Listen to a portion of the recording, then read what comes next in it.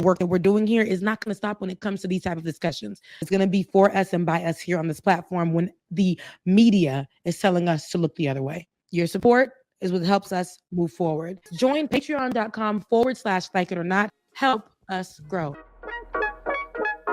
Like it or not, y'all. Y'all know what time it is. It's time for Like It or Not. With Rebecca Azor. Let's start this damn show. Yes, it's time for Like It or Not. With Rebecca Azor. Let's start this damn show. Like it or not. Rebecca Azor is in the house. You know she got a funny story to tell. Talking politics, culture, or real life-ish. I live in life in the ATL.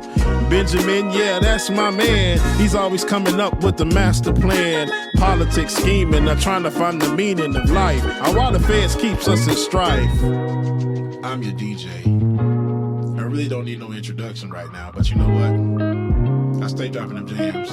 Y'all know who I am. Good hope, dad jokes, culture-ish, politics. What you're hearing right now was the culmination of all of this. I started out with the mic in my hand, and I graduated to a plethora of fans. I love bringing joy to the people. It makes me feel great, makes me feel regal. I do what I do for you. I do what I do for you. Let's go. It's time for Like It or Not. With Rebecca Azor. Let's start this damn show. Yes, it's time for Like It or Not. With Rebecca Azor. Let's start this damn show. Like it or not, y'all. 2023. Let's start this damn show. Let's go.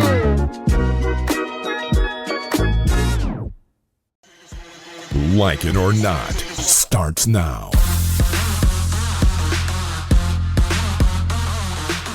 Oh, good morning, good morning, good morning. Hello there. Oh. Hello there, and welcome to Like It or Not, where we're free to tell the truth and not get. Oh, I was going to do the whole thing. I keep doing that. Let me get this light correct. Let's and then get it right. Mic off. Look, and my mic is off. We just not prepared this morning. See, look, it's all over the place. Wait a minute. Hold on. And then, Bubba, your camera was perfect a second ago, and then it went. Right. And then it went. Is my mic on now? Because your mic was on the whole time, Rebecca. Yeah, it was Ben's mic. Ben's mic wasn't on. Oh, Ben's mic. So, because now my if you had, wasn't working. I'm about to say, if you had headphones, you would know. We're not gonna go there. That's old school. 2023 is still on the intro. 2023 is still Y'all on the going intro. for blood this morning. Mark that is. I see. So let's take it back. Go ahead. Let's take it back. Flip it and reverse it.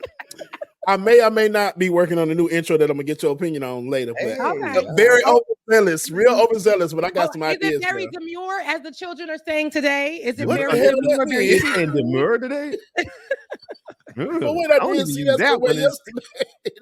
Demure. As bougie as my vocabulary is, I wouldn't even use that one. The children are using it, and I need them to stop as soon as Monday comes immediately at midnight because I am tired of it. But demure is being utilized in the right and wrong ways all over the internet because Jesus TikTok video. But let's rewind it and let's give these people a good greeting. Go ahead, Bubba.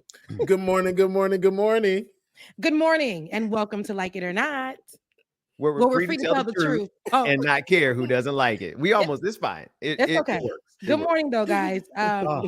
Ooh, you know, it's good. It's a great day to be Black. Amen. And every day is a great day to be Black. As I look at my, did you put on makeup today, Bubba? Because you said you had. Yeah, I was playing.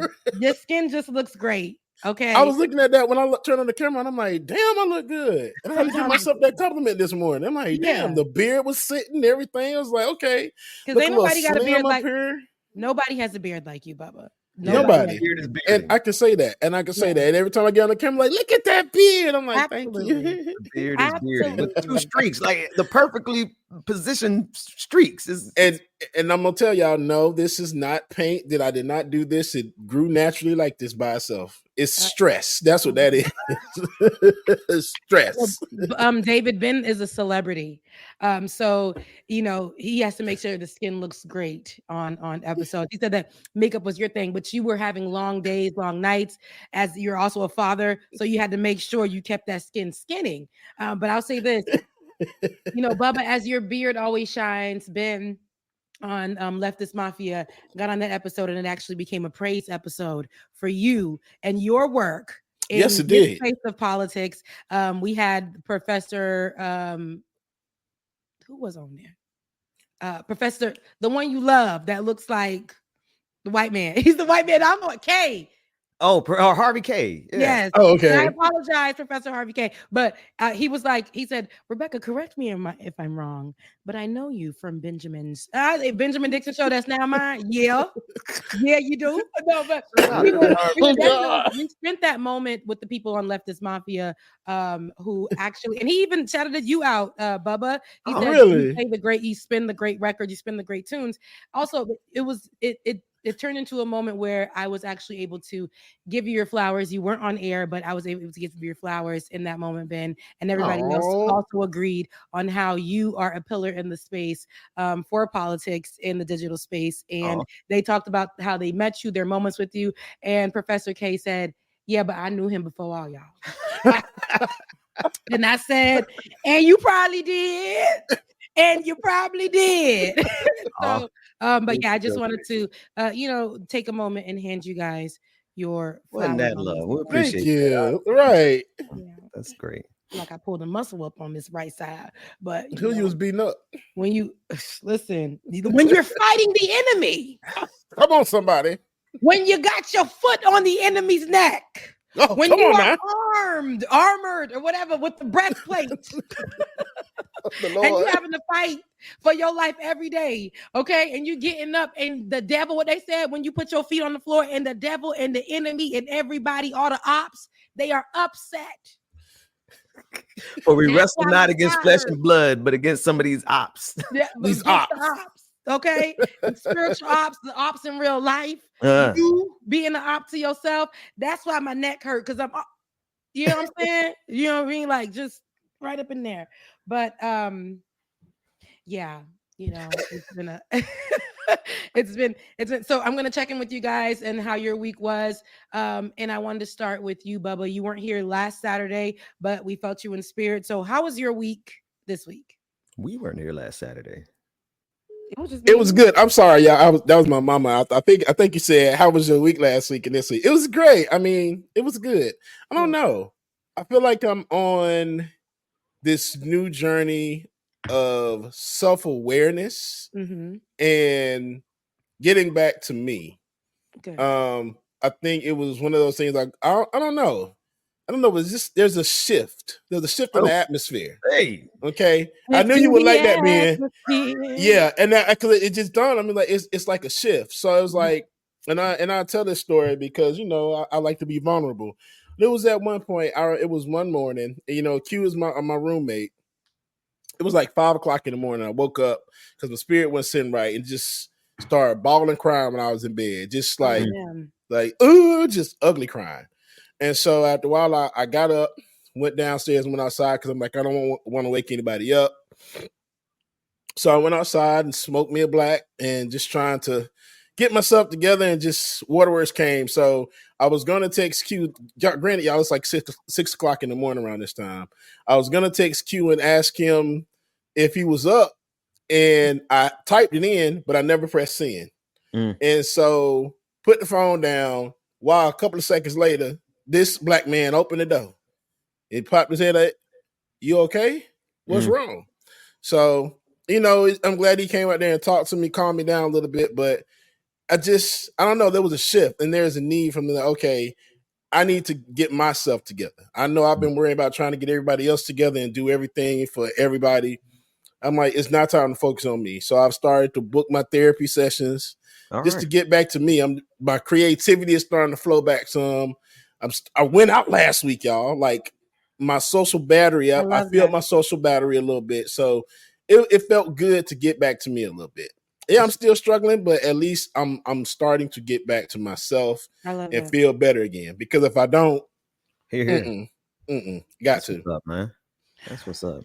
Okay. But other than that, the week was good though. The week was good. That story is good. Your story just helps somebody else who, sometimes that breakthrough looks like you getting up in the middle of the night crying and talking it out, and then having that spark of, you know what?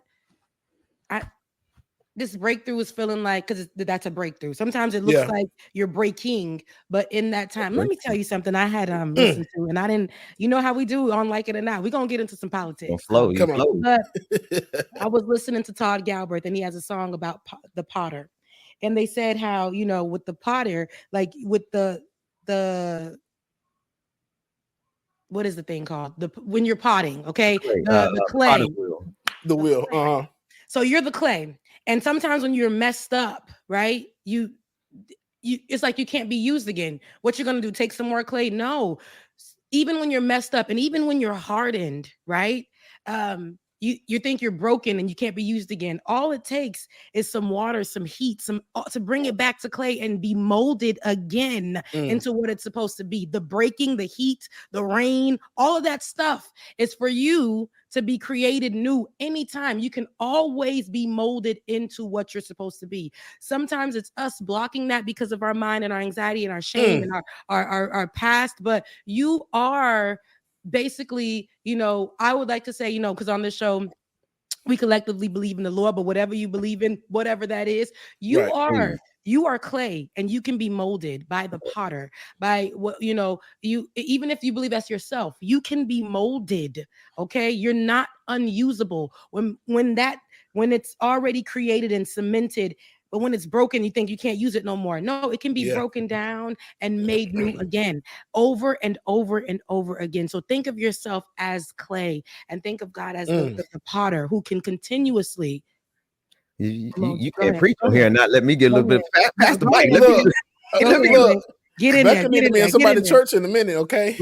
James, let me. I was listening to you, man. Y'all been with me for a while. We've been together for a while. I guess more than 4 years now, maybe 5 years. But towards, I guess 4 years ago, it's more. 5 years ago, I started waking up in the middle of the night every morning. It didn't matter. 2 o'clock, 3 o'clock, 4 o'clock, and I couldn't go back to sleep.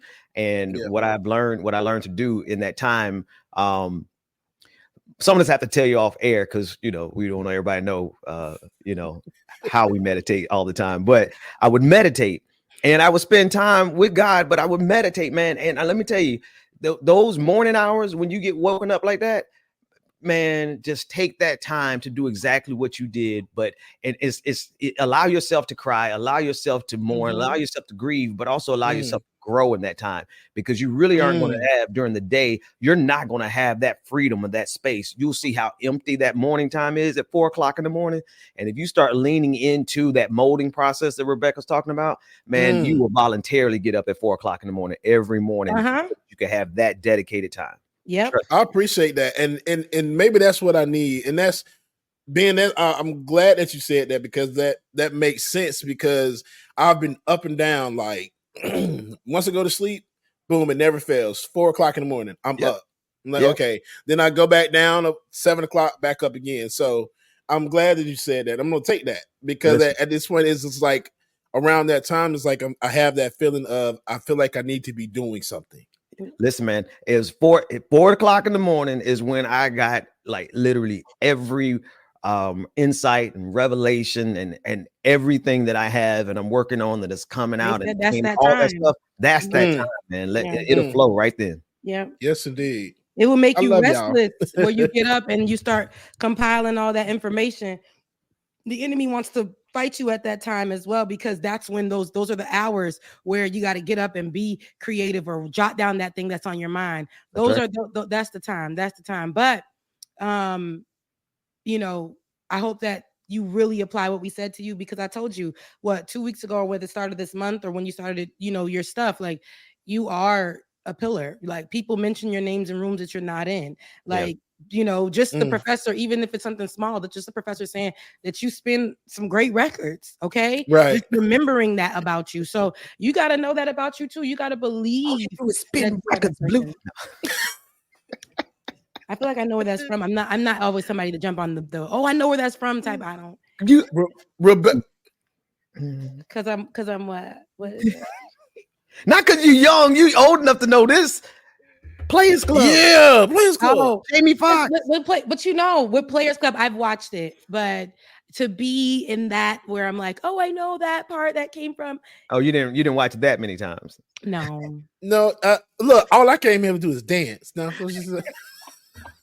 I just know, like, I'm seeing a blonde wig. Mm-hmm. I'm seeing, that Ronnie. Which one was Ronnie was the one with the wig. Yeah, the blonde wig. Yeah, I'm seeing an ass being smacked. I'm seeing like that. Like, look, it's just the whole thing. But that's all I remember.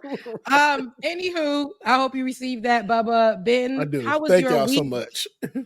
Yeah. Nah, the week is weakened. It's I'm in that interesting phase of a change is coming, and you know the season is changing, but you just don't know exactly when that hump is going, and you got to just keep on working. And the thing is, it's great because like the work I've been doing and everything I'm working on, like you see progression, you see it getting closer, you see it getting better. I see all the stuff moving in the right direction, but it's still like you're in that season where you got to wait and not faint. Ooh, the waiting season is always uncomfortable. Ain't it though? It's uncomfortable. Yeah. It's uncomfortable. Yeah. But other than that, I mean, no, and it's not even other than that. I've grown to appreciate the wait. Like how long can you endure? And I'm like, I can endure a little bit more. God. Get somebody else to do it. Okay, like Lord Jesus, this mountain. I know I didn't climb this mountain already, Lord. Hey, look, dude, my mama said it like this. She said, Ben, you've been around this mountain a long time. When you gonna get it from around this mountain? Oh Lord, not Mama Tied too. Listen, Smokey Oprah was preaching, and he said his mama had came to him, one time when he just kept on going and said, God told me to become a singer. God told and she's like, baby, maybe you gotta get into because it's not working for you. Maybe you gotta move on. And he said while he was preaching, sorry, Mama. I didn't mean to put you like this because maybe God sent that in that moment that I needed to hear it. I thought I was gonna be this type of singer, but I knew that it was still in my heart. So when you came to me and told me maybe this ain't for you, I was like, get thee behind me, Satan. And it made him understand that this is for me, but there's something that I'm trying to like squeeze in here. And God was like, it's because you're trying to do this worldly music. He was signed to Prince, he said, and was supposed to drop the song, but he had to go through the waiting season when God told him no. And his mom was like, it's not working for you. But he's like, nah, I got to go through that waiting season. And at the end of it, because everybody is not going to see and everybody's not going to really get it. They're going to see something else. They're going to see all the pain and all the other stuff. They're not going to really understand, but you know what you're waiting for. And once you get through that, it's going to be for such a time as this. Yes. Amen. Yes. I can't wait till I can look back. And I appreciate it. Everything right. This is a developmental. I appreciate how much time and detail it has been given to me. Attention has been given to me. I appreciate it, but Lord knows I cannot wait till I can look back and say, "Whoo, that was an interesting period." I want to look back at it now, but at the same time, I'm like, I'm grateful. Yeah, right. Just stay the course. Yeah, and that's. Go ahead. I was gonna say, how about you? How was your week? Oh, as far as the shoulder when I was fighting the enemy, because it's really right here. My week has been weaking, and I'm so grateful that it has. This month has started out, it's not bad, but my mind, I tell you guys this, I've been fighting intrusive thoughts. It's my mind that wants me to find something bad. I was just talking to my best friend on the phone, it's all I talk to my best friend. But I was talking to her on the phone, and I was literally having the conversation about how nothing be wrong, but you be ready for it to go wrong. Yeah. Look, that didn't hit you like it was supposed to be. Yeah. Nothing be wrong, but you always ready for something to be wrong. No, it actually hit a little bit more than you think. It's like, it's just like you can't enjoy the moment because you're looking for something wrong. Every single time. Exactly. Yeah. God. I know that be a part of my mental health check-in every Saturday, but y'all, it be a real thing. When you are battling, as I said, the enemy, but when you're battling yourself and the thoughts that were planted. And when you're already, I read a verse that said, I knew who you were before I created you. Like before you were in the womb, I already knew you. Ooh. Yes. And then because you know it. And it also said, I also basically you were destined to be something already before you came out of the womb. So everything was already ready. But the things that we put in our head out of fear and again, anxiety. I dropped my first episode of Shades of Good News this week on Wednesday. And I told you guys last week, I'm just gonna drop it. I'm just gonna drop it, okay, guys? Because the filming of it, quality, great. Of course, by these cameras, Ben, that we always get compliments on. People always trying to find out what cameras we got. Yes. Shout out to Benjamin Dixon. And back when I had money, I said I'm not going to use my mic because I had something to do that day, and my camera was just whistling away. Not my camera, my computer was just in the background. Yeah. But I still dropped it. When I dropped it, I didn't tell anybody. I wanted the organic views, and I just threw it, and I let it be what it was going to be. Everybody reached out to me like, "Excuse me, you dropped the show and we didn't know? Like, what's going on?" And I was just like, I just wanted to drop it. No, and that was my fear for myself. You look beautiful. Oh my God, your skin looks so amazing, Rebecca. That's me when I know filter in real life, and they try to. I love it. What's that girl show? They got the perfect lighting for Black folks. Lisa Ray's first show. Insecure. Issa Rae. Issa Rae. Insecure. Yes. You got lighting like Insecure right there. Okay. Yes, I like for that. real. I love that, and I felt insecure dropping it. And so I threw my stuff. I got my best friend was like, "You did great." My other best friend was like, "Thank you for dropping this. This is for you." And then and then Olay reached out. She was like, "Girl, no, you let me know when you drop stuff so we can push that out there, so we can get that out there. You have a community, basically." And she created my thumbnail for me after the fact. And she was like, "No, we are going to make sure that we rally around you because you know us, you have us as a group." But I just really was intrusive in my head saying, you are on, even though I know I'm on the biggest shows, people know my gifts. I know this, but for myself, I was really beating myself up about this, and everybody knows that this has been a passion project. The viewers know that this has been a passion project of mine. I have sat with you guys countless times, been you over the phone, telling like I want to do something like this, and it was just to do it. And when I dropped it, I did not know that the support was going to be like it was. Yeah. And I really appreciate everybody for really just being in the waiting with me. My waiting was self-inflicted, debilitating moment, and it caused me to procrastinate because I thought of myself as, what if it doesn't? What if it doesn't? What if it doesn't? And I'm always pouring into you guys, but I find it the most difficult, and you guys may be able to relate to this, to pour back into myself. Yeah. And so in this moment, I was like, no, Beck, it's all you. This is what you want to do. And it really poured into me when I sat there and edited it. I looked at myself and I tried to pick myself apart. Look at your skin. Look at your, your haircut sucks. I just went into all this negative space. Your eyebrows are on fleek, though. Your eyebrows. The whole thing. The background, the lighting. Listen, I almost want to tell you to go ahead and change your camera around and go get that angle. Because the kitchen lighting, the refrigerator, you got the bag on the right. Coordinating. My elbow parts in the bag. It's like, yeah. And that's what, and Becca, just want you to know, I've been giving people their flowers all week and telling them like, hey, because of y'all motivate me and push me to make myself better, especially when it comes to doing things like this in this kind of space and creative songs. Like I have a friend that's writing music, and his tenacity, his drive, like to keep going. I used to be like, damn, boy, slow down. Why are you writing so much music? But like at the end of the day, I'm like, it sounds so good. You got to get yourself out there.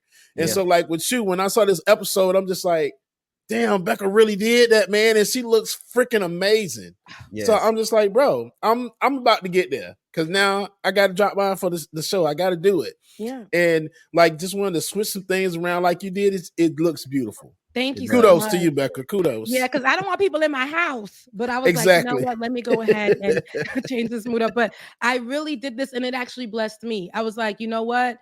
I got so much good news to spread that I see every single day. And I think that it goes under the radar because we're so focused on one type of news when it comes to Black people. Yeah. And I'm like, even if it's like this story that I heard just like a few months ago that didn't go anywhere, and I don't want to say it right now because it's going to drop on Wednesday on the second episode, but like so many great Black stories, even if they're local, even if they're here, whatever, but there's so many moments that have bad in them, but we literally look at the bad so much that we forgot about this good moment that happened in this story. So let's highlight those because we not just going to be Black people in America who are centered only around negative news. Every time we're on there, we need some puff pieces in our life, especially now in this moment, because we're great.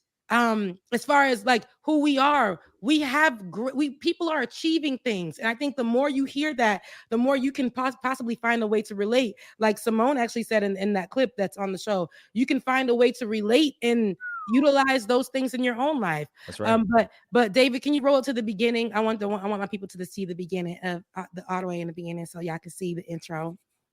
Run that. Shades of Good News with me, Rebecca Azor. Shades of Good News is dedicated to highlighting positive news stories from around the world centering Black people. I want to celebrate us because Black people aren't a monolith. So why should our stories be? From entrepreneurship to trailblazing leaders to people who are talking about social change, anything, as long as it centers positive news within the Black community, you'll hear it right here. I'm committed to bringing you the bright side of Black in news, the vibrant, positive shades of our story, just like our skin. Yep. You ate that right now. You right now. That's good stuff, Rebecca. Keep on keeping on. Thank you so much. Thank you. Look, because that's how I talk with my hands. Get it off. I don't want to see myself. But no, thank you guys so much. And you guys pour into me all the time, and I appreciate it. It's the love that I tend to forget, and so sad because I minimize that and I magnify the things that that are not true about myself. And that's the issue. That's the problem. And so I'm really excited about this. I'm really excited about doing this with y'all and just giving you guys 15 to 30 minutes of some positive news and y'all rocking with me. Thank you for the great comments so far. I know all of you guys are asking, just when the next episode is going to come out. It's going to come out next Wednesday at noon. That's what's up. And shout out to Jada, because Jada was one of the first people to be like, good job. So shout out to Jada Dixon. That's Benjamin P. Dixon's wife. She gonna ride. She gonna ride. Right. That's one thing my wife does is she gonna ride for the team. Yeah, because when I was like, first of all, we don't want to hear all that, but thank you for clarifying. I was saying that she talk about husband, and I wasn't gonna say. That's why I said for the team. I said let me add on for the team because I knew the spirit was saying don't finish the sentence that way, Dixon. No, I've been around long enough to not make those double entendre mistakes. But anyway, not us. And then you know what they were saying on Leftist Mafia? They were saying Professor Harvey was like me and Ben and Bubba were having such a great time, and then no, Letterhack was there too. He said we were having such a great time, and then Rebecca popped in, and then we had to get all serious. Yeah. I'm like, we got work to do. Well, I remember that because we were cutting up bad too. Anywho, if you guys are here she wore the battery out on Wednesday. If you guys are here this morning right now, we're about to get into some politics real quick. But as I go change my battery to my camera, I want you guys to make sure you're liked. You have liked, you have shared, you have subscribed to our individual channels. And right here on Like It or Not, I also want to make sure if you are not a Patreon, head over to patreon.com/like it or not, patreon.com /like it or not, because that means if you are here through our whole church moment that we're going to have every Saturday morning, then that means that you like the show, because we're about to get into some politics and some real stuff. I love it. Rebecca don't miss anything. She might not say nothing, but she don't miss a god doggone beat, Rebecca Azor. So that's what's up. Hey, y'all tip y'all host. What is it? On Becca's voice. Becca's voice. Because they ain't monetizing me on And here, on but that's Venmo. right. They hating from the outside, but that's all right. We in here. But yes. And y'all go follow my page so I can build my subscribers up and get monetized. Absolutely. Yes. Actually, let me make sure I just subscribe to your page too, man. Because it be us promoting and be like, oh, we didn't even subscribe. Right, like, oh damn, I ain't do that shit. I didn't even see that. So make sure you subscribe. There is a story that I wanted to start with, and I guess there's so much out right now. I don't even know where to start. Right. I think I want to start with Trump, but I don't. And then I want to go straight into Kamala, but I don't. But I actually want to show you how the right, the conservatives, are losing their minds right now. Yes. Because Kamala happens to be the favorite at the moment. Not only is she the favorite, she actually is showing and proving, and it's so quick. And people are upset about it, to the point where on CNN, Abby Phillips, who we've known has sat in so many hot seats, has had to endure so much. And when she's in a panel with her black friends and her white friends, right, what happens at that table with the conservatives, the Democrats, the progressives, the Republicans, whatever they identify as on that day, what happens is it gets real messy. And one white woman, I don't even know her name, Nancy Mace. Thank you, Benjamin P. Dixon. Okay, and are you pronouncing the last name correctly? We don't purpose. care. Mace is what they said. Mateo, whatever, because she ain't trying to get Kamala's name correctly. So let's go ahead and look at this exchange with her just not being able to say what a thing is, because a thing is a thing, people, but she can't seem to get it. Let's take a listen. Child. This one's the one that I sent you. This one's not the name. I'll grab the name in a second while I'm playing this one. This is the one where Abby puts her on the spot and she implodes completely. Mace implodes. Oh, okay. All right, let's see that one. Certainly take that, but I'm wondering. A lot of rich history comes out of my district in South Carolina that I'm deeply proud of. With respect. Trump injecting Vice President Harris's race and then suggesting that she's not actually black. Why is he doing that? Should he stop? Well, I mean, yes or no? I didn't hear him say it. I didn't hear what he said about her race. I am not going to weigh in on her race. As a woman, He did say it. Okay, well, as a woman, I want to weigh in. She turned black, he said. He said she was raised Indian. Now she was Indian, all he knew. Now she's she's a mixed race, She's a mixed race. He said that to the National Association of Black Journalists. Right. He went to, and he said at the same event where he said he'd done more for black people than any president in history. I guess here's the thing. When he was president, wages for women were better than they've been in a long time. Wages for blacks were better than they've been in a long time. The lowest black unemployment rate in history. It happened under Joe Biden. He did a lot of good. Let me just finish this to both of you. From all walks of the country. This doesn't take that much courage, honestly, to just say that was out of bounds. I don't know what he said. I didn't see He the said that she turned black. He questioned whether she was really black. I don't think that's that hard to say. That's out of bounds. Can you say that? I mean, I didn't say it, and I would not say it. Just say yes. We are connected to your inability to pronounce her name. We are out of time. We are out of time. It's a cult. They won't say anything that goes against the cult. Yes, you are. You are a cult member. Are you kidding me? It's a cult. If you won't speak out against the cult member, you're a cult. The cult leader is Donald Trump. We are out of time at the table. The fact that you talk to women this way is ridiculous. You just talked about a black woman. Look, and the fact that you talk about women, that's why I don't play that whole feminista thing, because it really is only for a certain type of woman. And then I was want to put that out there. You're talking to women that way. Lady, you're talking about a black woman this way, and you're acting like this person does not deserve to be respected in the least. And now you're sitting here at this table. I need to speak to the manager. I need that you're giving that vibe. But how did you guys take this clip? What'd you get out of it? You know, man, I'm trying not to like betray the ministry in me, but this heifer right here is on like She's representative of all of MAGA, right? It's a game to them. It is a game of disrespect, and it's a cult. They literally cannot say anything that isn't praising. They can't criticize Trump. They can never do that.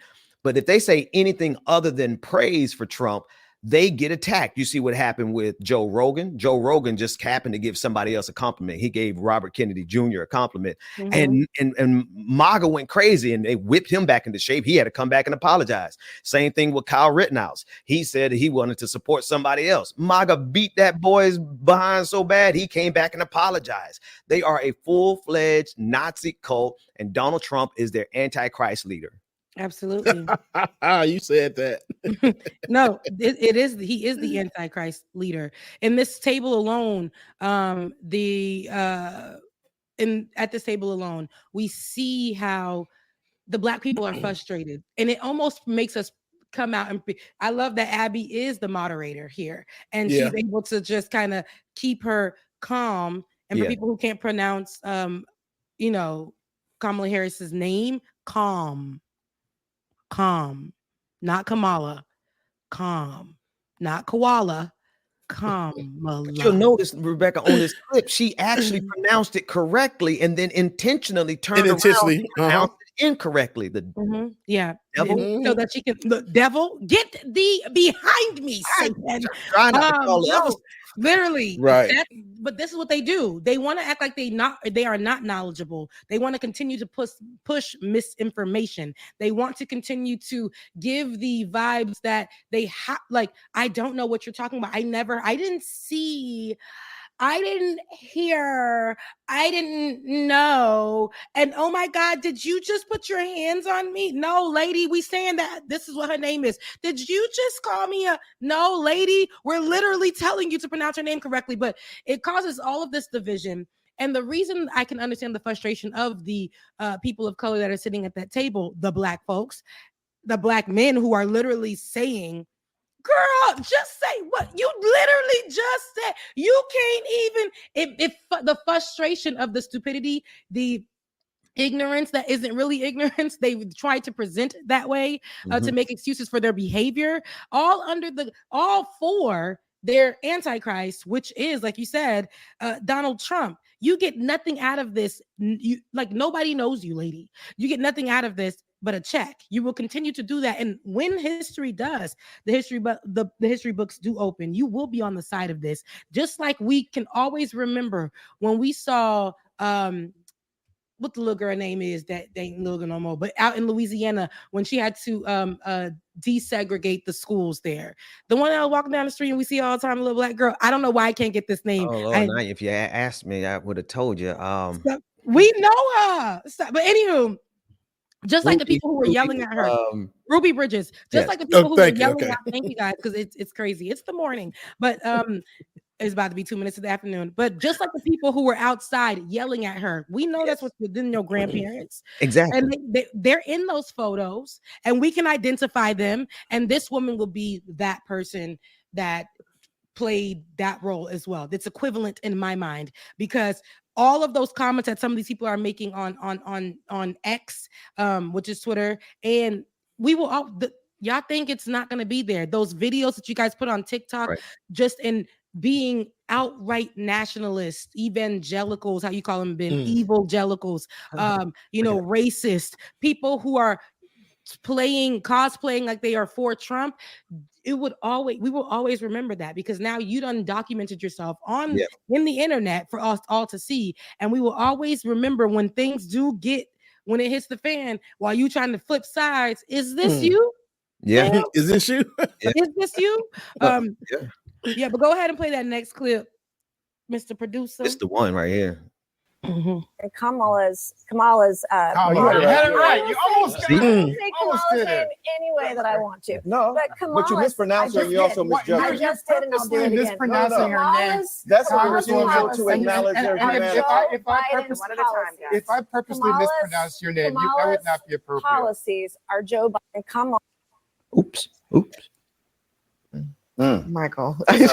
That sounds like self-hatred and justification of white supremacy. And let me just say this, because this Congresswoman is a wonderful human being, But when you disrespect Kamala Harris by saying you will call her whatever you want, I know you don't intend it to be that way. That's the history and legacy of white disregard for the humanity of black people. So now you're calling me racist. I didn't say. I just said you weren't BS. racist. That is complete. You don't have to intend racism to accomplish You are it. intending that Your I am disrespect racist, of Kamala and Harris that is part and parcel of a and tradition it's of disrespect. It's offensive, Congresswoman, and it's why can't you it's just? offensive. I'm not calling you a disgusting. racist. I'm telling you what the practice is. You are. You Why can't we just the practice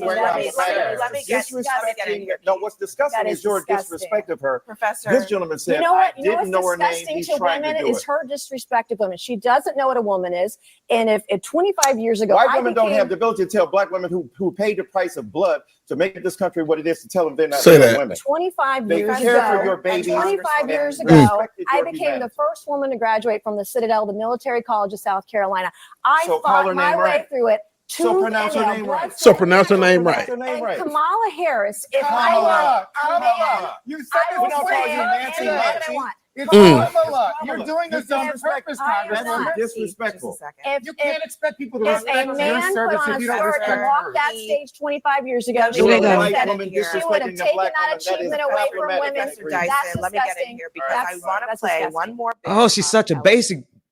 She is, bro, and for the simple fact that she had the nerve to say that you were the first woman to graduate from West Point. If that's the case, then if you got military background, then respect the vice president of the goddamn United States. Come on, sir. Regardless of what it is or what it ain't, who's running for president, she's still the vice president, and she's earned that. Put some respect on her name and say it right. Come on, that's a whole nother angle I ain't even thought about. Come on, James, put that together. If you graduated from a military institution, then show some respect for your vice commander in chief. Simple as that, bro. It's simple as that. You just want to get out here and show your ass for this jackass who's running for president. I'm sorry, I cannot stand that man. And all of this, the rhetoric. Donald Trump. The rhetoric around everything is just, I'm sick of it, y'all. Oh my gosh, I'm sick of it. Yeah. Like, I wish we can go back to do 8 a.m. shows again, Ben, because my gosh, it's so much to talk about in this election cycle. I mean, but really not really, because they all talking about the same thing. It's nothing to talk about. Did y'all see where she went on Twitter and then referred to Michael Larry Dyson and Keith Boykin as boys? Absolutely not.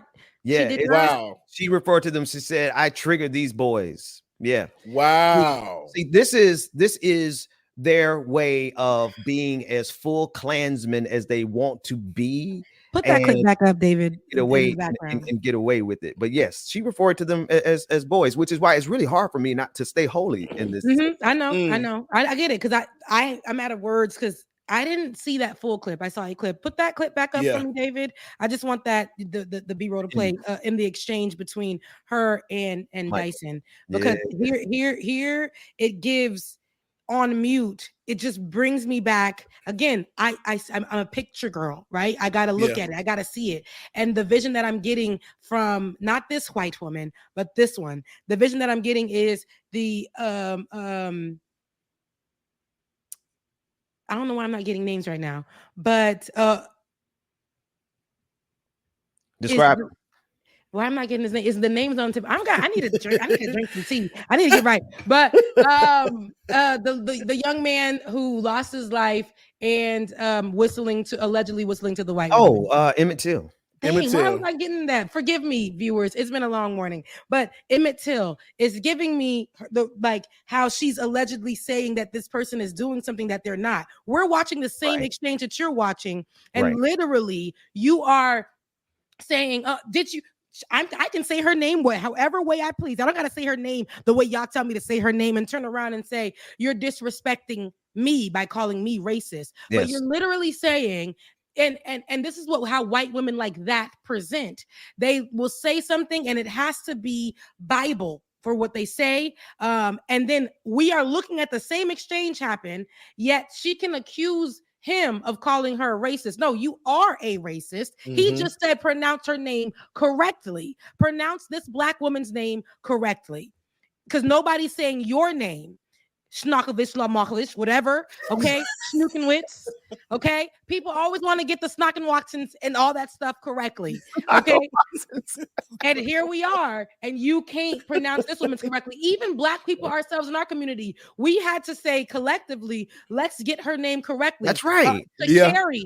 We had to not be Shakariing her, although we had to Shakari her. That is her name. Okay, so say it correctly. If we can, like I said, say the Michael Wetzovitz and all those other people's names, and something so much so that we have to get those names right, that I thought pronouncing Walls was Waltz, because I've been trying to pronounce white people's last names correctly for my whole entire life while they've been disrespecting mine. Oh no, baby, it's 2024. Get my name correct.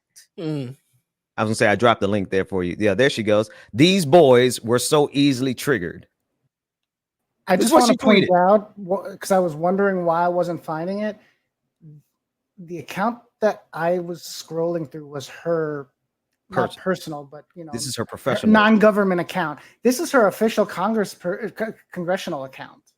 She's doing this from her, where they usually just put out the scripted PR friendly crap. They just straight up put it out. This is why these devils have to be pushed back into the dregs of society. They cannot be allowed to show their faces in public, because they are genuinely demented and evil people who get joy out of causing other people harm. I forgot who said it, but somebody said this is directly analogous. This is the same as the Kunta Kinte story, where they try to force him to call him another name. He said, no, my name is Kunta Kinte. And they cut off his foot because he refused to be called another name. This right here, is it triggering? That's what they want. They want it to be triggering. They want to cause you that emotional distress. They want to cause you that psychic trauma that they want to put on you. But the fact of the matter is that she is wading into a whole nother level of outright racism, publicly doing so by calling these gentlemen boys. Boys, you scallywag heifer. These are men. They're men, and they're Black men, and and our vice president, I'm saying our vice president is a Black woman because she said she was a Black woman. And if y'all don't know it, I have a whole clip of her saying she's a Black woman in my first episode of Shades of Good News. So, and a Black woman. This white woman thinks that she is a superior being, and whatever she says goes. She didn't say much. There was nothing that she said that had any. The reason why you got the opportunities that you probably got, ladies, because your whiteness. It seems like you're very dense. It doesn't seem like you have much to go off of. The fact that you can sit here and play stupid, we will treat you as such. Yes. Okay, but you will, when it comes to our Madam Vice President, Kamala Harris, you will at least get her name correct. Since you don't want to call her vice president and respect her as such, get her name correct. She went from there to now she's America. She's running things around here. And no matter what these people like her try to say and try to just make it seem like we can't even respect her in the least at this table. It's a game. I love that it is a game, but they want to make sure they keep that disrespect. We will never allow a Black woman to be above us, to be in a position that's above us. Did you see how she had to list off the things that she did in her life? Did you hear that? Girl, we don't give a damn at all. Dust. Go eat a meal or something, looking like skeletons on stage. I seen it. I didn't want to say something because I was like, baby, go get a suntan, baby. She's like giving Skeletor. Okay, we're not doing body shaming, but when you a nasty person like that, we're gonna have to come for you. Okay, and that's what it is. And it ain't even about just riding for Kamala. It's this. If you can do this to this woman, we know that you've done this to a regular woman in the aisle 4 at Publix, because you give me a Southern trash. So you're probably aisle 4 at Publix. I got to put a video together, and I wish I had time to do it. But if we just take the clips of MAGA being just downright nasty, right? And maybe evil isn't the best word because a lot of people can't connect the spiritual side of it, but nasty. You have the one guy who passed out counterfeit $5 bills to homeless people so that they would get arrested. And he did that in the name of MAGA. You had another girl who came out. She was a young girl who came out and really just called everyone who was a liberal, called them the ugly losers, nerds from high school, that never got any sex or like just going down some really basic ignorant stuff that is like Mean Girls level, the movie Mean Girls, but like actually even more tacky. And you have video after video after video of them making their entire persona and careers. The way they get ahead in MAGA is by being the nastiest little twats they could possibly be. I think if we put a mashup of all of them doing that, it would really show America what they're dealing with. You're dealing with the nastiest person you ever met in life. The entirety of MAGA is nothing but a cesspool of people who are the nastiest people they have ever. You have ever never met people nastier than these devils. Devouring. Really, if you go back to the 4 years when we started doing all of this, and like I said later for y'all, if you really put together every single person that we talked about that's been under this punk ass man's reign is just nasty. And just devilish and just evil. They have the spirit of evil on them. Harming people. Yes. Many people died because of Trump, under Trump's administration. People died just for being black. People died for the irresponsible misinformation that was provided to the nation under Donald Trump's presidency about COVID. People were attacking our frontline workers because of Donald Trump's and his friends' words. And this is what we have to remember. There is no lesser of two evils. That conversation is not, it doesn't apply to this situation. It does not at all. There are things that we still don't like about Kamala Harris, but if this is the time that y'all want to say that this is a lesser of two evils things, absolutely not. All politicians do have blood on their hands, and we'll get to that after she is seated, because we're going to do our damnedest to get her in there. But because Donald Trump is not good for the nation. He's not good for the people. And not only his story and his history, his track record, he is a felon. Think about that. The felons that's on the street saying, man, it's Donald Trump, though. I love Trump. He had that money. I'm not saying that the people are saying that are black, but I am mad at the black ones that are saying that with the records, and you can't even vote. You can't vote. And this man can't even vote, bro. This man went and voted as a felon. And if you were any other person in Florida voting as a felon, you'd be in jail. And then here you are, Donald Trump, his felony record, but his felony record as a white man who's done God knows all this stuff still gives him the ability to run for president. And he made sure, this is why I said Project 2025, while it may be pulled down from the internets and they said that it all crumbled apart, some of the things that they had in there already came to fruition under the Donald Trump administration that he placed there, that even into the Biden administration, things would still go as according to that 2025 plan. Okay, let's be honest. The new undercover video that shows the co-author of Project 2025 bragging about his ties to Republican presidential candidate Donald Trump, even as Trump is trying to distance himself from the right-wing blueprint for his potential second term. The video features Russell Vought, who is director of the Trump White House Office of Management and Budget.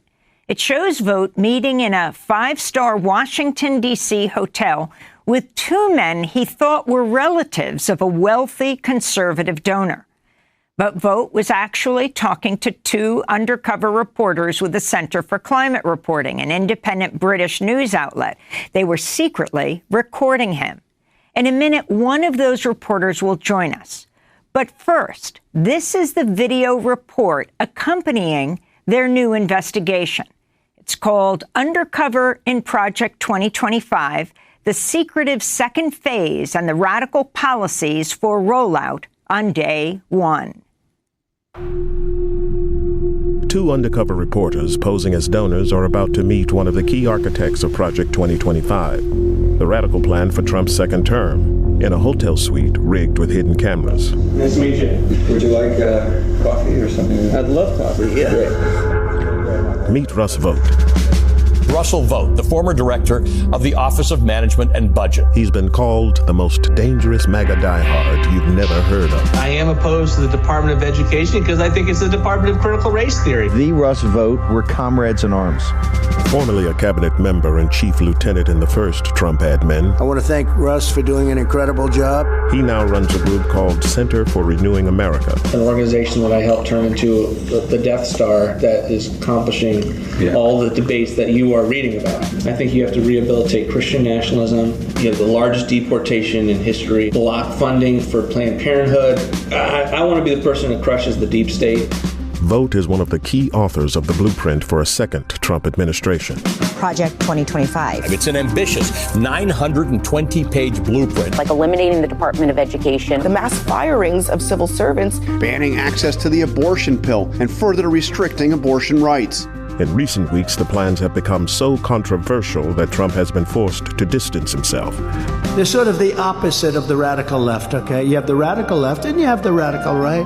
And they come up with this, I don't know what the hell it is, it's Project 25. Are you ready? I know nothing about Project 25. I haven't seen the document. I don't intend to really see the document.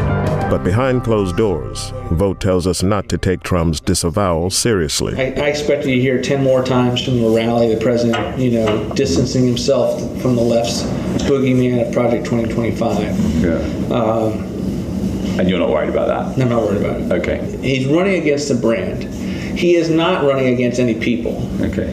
He is not running against any institutions. It's interesting. He's in fact not even opposing himself to a particular policy. Yeah. He's been at our organization. He's raised money for our organization. He's blessed it from the, I remember walking into our last day in office and told him what I was going to do. So he's very supportive of what we do. Our investigation into Project 2025 began 2 weeks before the meeting with Vogt at a conference for religious nationalists in D.C. The truth is, Christian nationalism is not a threat to American democracy. Christian nationalism founded American democracy. Journalists from the Center for Climate Reporting have come posing as potential donors, looking to meet those involved in Project 2025. They're not hard to find. The Heritage Foundation, the group running the project, are here. So is Vogt's think tank.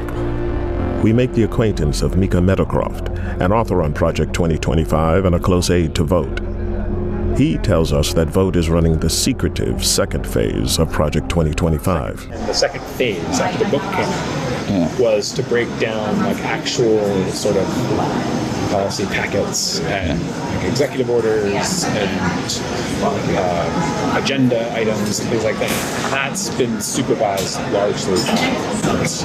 The first phase of Project 2025 was a 922-page policy book published openly. The second phase is a comprehensive, concrete transition plan for each federal agency.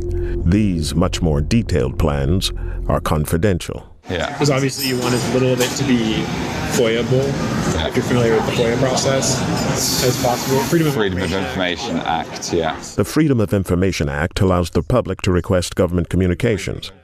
But Meadowcroft reveals they plan to avoid these rules. Yeah, the goal is, familiarize all the transition team people with these plans, but you don't actually send them to their work emails, because then, you could just give the handbooks to everyone, be like, this is the game plan for the admin. But if the press knows that that's what you're doing, that they're going to immediately just say, I request all of your emails from Heritage. Okay. You worker. I see. So we'll see.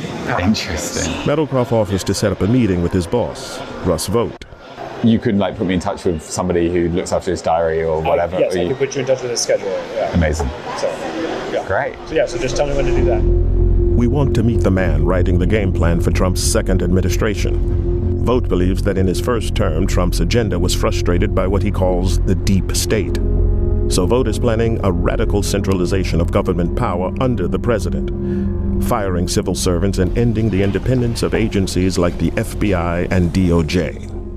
80% of my time is working on the plans of what's necessary to take control of these bureaucracies. And we are working doggedly on that, whether it's destroying their agency's notion of independence. They're independent from the president.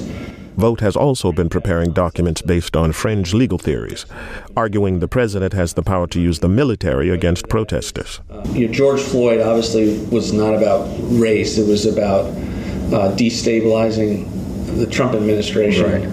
Right. We put out, for instance, a 50-page paper designed for lawyers to know that the president has, the ability both along the border and elsewhere to maintain law and order with the military, and that's something that it's going to be important for him to remember and his lawyers to affirm. But we've given them the case for that. With loyalists installed in key government agencies and armed with his playbook, Vogt believes a radical Christian nationalist agenda can be realized under a second Trump presidency. For example, on abortion. So I think the president's actually come up with a strategy that works, so long as you are giving people like me in the government the ability to block funding for Planned Parenthood, block funding for fetal tissue research. What I've told people is he had the most pro-life record ever. I've never seen him take it to stand in the way of a pro-life initiative that actually was real, politically and with momentum. And for Vogt, Trump's pick for vice president shows he's serious about pushing this ideological agenda when in power. So I am very happy with the JD pick. I think it's transformative for sure. And think of him as a member version of what we do. So there's no think tank, no policy organization, no battle plan creator other than us for the worldview that I think Donald Trump has and that JD has. But as public backlash against these plans builds, the Trump campaign has been scrambling to distance themselves from Project 2025's authors. It's complete and utter bullshit for any reporter to write that this is the way it is. The president's made it clear these people do not speak for him. They do not speak for the campaign. But Vogt tells us that behind the scenes, things are much friendlier. The Trump campaign recently picked him to write the Republicans' policy platform, making him essentially Project 2025's man on the inside. I think the best example is like the campaign selected me to be the platform because of their views on my policy ideas, and they're not running from all of the negativity that I get from the press. I see. So they haven't been spooked on you as a person, you don't think? No, I mean, I don't think I'm going to be their transition pick because then they have all these kinds of stories. But no, the relationship is great. The head of the Trump transition team has not yet been appointed, but Vogt says that no matter who is named, he'll be able to hand over his Project 2025 battle plans directly. If it's someone like Stephen Miller or Bob Lighthizer, then all this stuff gets plugged right in. If it's not, we'll figure it out. Okay. But all of it will be designed for a theory of the case that President, if a battle plan is out there that will do what he wants, there are the people like me that have his trust that will be able to get it to him in whatever position we're at, or I could be at Center for New America, but the relationships will be there, the trust level will be there. Project 2025's Radical Phase 1 policy book turned into a PR disaster. The director of Project 2025 has stepped down after facing criticism from both Democrats and the Trump campaign. But Vogt's Phase 2 battle plans, top secret and handed directly to the transition team, remain unburdened by the brand. And are you going to rebrand that second phase at all? For what I do, the brand's not important. And you're not worried that if it has Project 2025 on, he's going to go no. And you're not going to publish those? No. They go straight to... Yeah, they're very, very close hold. Yeah. Okay. Brilliant. It's been an education. Appreciate it. Thank you for your time. Thank you so much. Anytime. Thank you very much. You can show us that out. Okay. Thank you very much. So do not play in our face on these here internets to put out propaganda about Donald Trump and friends and try to make it seem like things that he didn't do, he did. We cannot, there's nothing. Donald Trump did a whole war began in the first few months of his presidency because he said he's going to uphold these what were they, murals, not murals, these statues, monuments. Monuments. Yes. And when we said we wanted to tear them down and did so, people went to the streets and Donald Trump was like, we can't let them do this. This man literally sat here and said he wanted to give, just recently, first of all, he gave a self-immunization.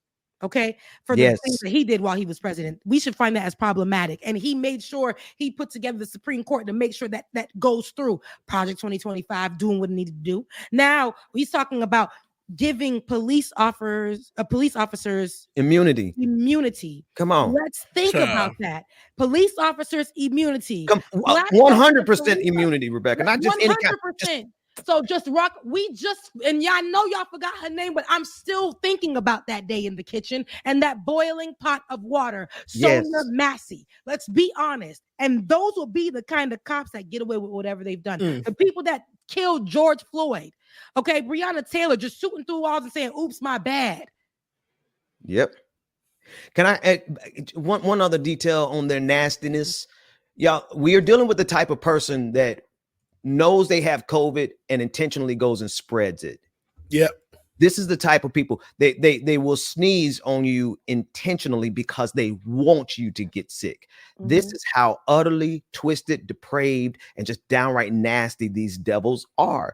And this is why you cannot compare them. Listen, there's plenty that's wrong with the Democratic Party, which honestly, with Tim Walz and the Kamala ticket already, they actually are they're going in a different direction than the regular Democratic Party goes. They are. Yeah. We could debate on the policy straight up, but just in terms of the caliber of people, you all are inviting the sickest and the most depraved devils to have power. These are the people you want, the kind of people who come to your house and intentionally spread COVID-19. Absolutely. And they want it because these are the same people that were intentionally giving misinformation to folks about COVID-19. People were these people got on their mics, okay, and told people to inject themselves with things. And that kind of. Well, speaking of, we're blacking out here with our DJ gotta go. The rainbow flag DJ. The rainbow flag is up in representation of our DJ, and he has to head out of here. Bubba, we love you, brother. And we I love y'all too, man. On next Saturday. It popped back on. It ain't gonna stay on for long. Right. Okay. I love y'all too, and I'll see y'all next week. Man. I'll be here. All right. Love y'all. All right. Love Bye. You. Bye. Not you. You want to let the word cut off. He had to let it finish. Yeah, let it come back. All right. And he's out. But no, all of that to say this is what we're dealing with. And we have to fight against. Just because you took project or you guys are claiming that Project 2025 isn't real, you're not attached to it, you guys being Trump and friends. Although most of the things that they were really setting it up. I remember we played it on the show. We played what the website had a training video of. They began it and basically they were saying to get ready for like a war. Train yourselves up. Here's the rules. Here's what we're going to do. That's why we had to get on the call immediately. 40,000 Black women had to get on a Zoom call and they had to set the ground rules about how this is going to go. Because and I learned Jataka Edie, who is the one of the founders of the Win with Black Women, who's responsible for the 40,000 on the Zoom call. But I learned that 4 years ago, they got together in 2020 because of what they saw happening just from her running for vice president, her being Kamala Harris. They got together to figure out what they can do to protect her.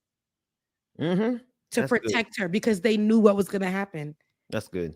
And 4 years later, it's a full circle moment, and they knew they needed to get on a call and to get her in place, but know what are we going to do to protect Black women, her and Black women, because we know what it's going to look like. Black people under Donald Trump are not safe. Whether or not if you are not the one Black, like he wants to call y'all, my African American, if you're not the one African American, the one Black, you saw the ones that supported him, they end up dying or we never see them again. Getting teeth knocked out. Yeah, so and toothless. He's knocked out, toothless. He doesn't care about you no more. Getting thrown out on the lawn of the White House. Omarosa. I remember. The man, another man, I can't remember his name. The former boxer. that we cover. Herschel Walker. No, football player. That's Herschel Walker. Oh, football player. We haven't heard about why I say he's a former boxer, because I think he look like he got punched a few too many times. He does. But him, we haven't seen him since. You know, all of these people, Candace Owens, that tried to slide herself somewhere else after Fox, I believe, dropped her, or whoever dropped her. She tried to slide on over to all the Black community, selling us BS, and then dipping out and going back to where she came from. And and let's be real, like there's a certain breed of Negro that is going to buy into it, that has bought into this. There's a good percentage of Black folks who ain't going to support Kamala because they buy into this. And you know what? I'm kind of glad that this election cycle has come around, because we are really seeing the parting. It's a division that's happening, and I think it's a good one. You have these folks over here who, one, they all hate women. Let's just, I got to start there. Like, this group of people who are Black folks, particularly, who are attacking Kamala Harris, there's something they all have in common. They all hate women, and then they especially hate Black women. But then there are people who just are just downright evil and insidious, and they don't care about anyone else. The type of people, Rebecca, who, and I keep bringing this back to COVID, but these are the folks who went and got the vaccine for themselves in Florida. Do you remember Ron DeSantis at the beginning of the pandemic? The priority for the vaccines went to white zip codes first. Mm-hmm. You had to go to a white community to get a vaccine first. Now, these are the same people who got the vaccines for themselves, but they're nasty enough to tell the rest of the world, don't get vaccines, right? This is the caliber of person that we're dealing with. Conspiracy theorists, we're dealing with all these folks, and they're all finding each other. They're Black, they're white, they're Asian, they're Indian, they're whatever. They're very diverse, but we needed to see those Black folks amongst us who are just downright MAGA to their souls, so that we can distance ourselves from them. I would much rather be around a multicultural group of folks, they ain't even got to be Black, than to be around these Black folks who buy in to MAGA. These Black folks who buy into Donald Trump selling you golden sneakers, who buy into Donald Trump giving you these second-rate rappers and saying, oh, he's one of us, he's a hood conservative. All this, now y'all going over there. Y'all were never invited to the barbecue, the family reunion in the first place. Never. And that's why I ain't going to that cookout. And I'm gonna tell you why. Because the cookout is full of cranberries and stuff, because them people that's on the other side was inviting them in secret, and then they started inviting them in out loud and then getting the check for it. And that's why I don't want that food no more. I'm out of that cookout. I'm not there anymore. I'm on this side of it, and that's the side of the people. And where we know we got to do the work, where we're holding each other accountable, where we're not acting like because we love somebody, we can't hold their hand and be like, hey, sis, that's not a good wig. Okay. we're on that side of it. Oh my goodness. But I say that to say, pay attention and really armor yourselves, guys, with, there are going to be a lot of people that are going to come to you, which I've seen online, and try to mix up the words, throw them out there. My nephew came to me and said, I'm so, if we didn't, he got this from TikTok, and I had to get him together on how he's wording it. But something on TikTok told him Michelle Obama is responsible for kids not being able to have school lunches. My nephew is 11. They're starting earlier and earlier. Listen, they have a full-fledged campaign of convincing the young people that Donald Trump is something to like, and he's like a meme. He's a figure for them, and they know he's a little off, and he might be a little bad, but it's funny stuff, and it's stuff that they can laugh at. And so you have this whole campaign that's recruiting an entire generation of young folks, and we're gonna have to do, especially young boys. Young boys are under attack from this same campaign. We're going to have to deprogram these kids in a few years, or else they will be a voting bloc that has the mentality of MAGA, because they would have been raised by MAGA. Mm-hmm. And that's the saddest part about it. They are trying to get the kids early MAGA, and they will put in these babies' heads, indoctrinate them with pure racism, send them off to school, and the schools are now matching those vibes by forcing these kids to learn or be taught some. I remember when there was that moment, because Ben, you remember this moment, because we had just got on, like it or not, and even during 2020, they started saying, you know what, let's teach the kids about LGBTQIA+. Let's do all of that. Immediately, they started blaming the LGBTQIA+ community for mass murders. Then they started banning books. Yeah. Then they started, and now they want to indoctrinate the children with stuff that ain't even. We already were indoctrinated with BS and lies. Right. Christopher Columbus was a huge scandal for me when I first heard. Wait a second. So none of that is true. And of course, thankful to my university, Florida A&M University, the #1 HBCU in the nation, to actually have helped me unlearn. And y'all that I'm looking at right now, y'all come from families where they indoctrinated y'all with racism. And I'm going to need y'all to unlearn. And it's okay to unlearn things. That's right. It's okay to let things go. I had to unlearn things being Black, being Haitian. I had to unlearn things. Okay? So it's okay to do that. Y'all unlearn stuff. Don't just watch our episode. Be active. Start applying those things to your life, because what's about to happen in the next few, I don't know how many days to the election it is, to election day, but I know that it's not the same time that it's not the same time frame as we're used to. We're in a sped up process. It's a very important process. It's a very delicate process. So all the things that we're teaching you and talking about with you, don't just listen and think that you're an ally. I need you to apply it. I need you to understand. I need you to apply it and go back to your racist household. Mm-hmm. Go talk to your people. And at that dinner table, be willing to shake it up. Shake that table like it's a overcooked steak. Have you ever seen the show Evil from CBS?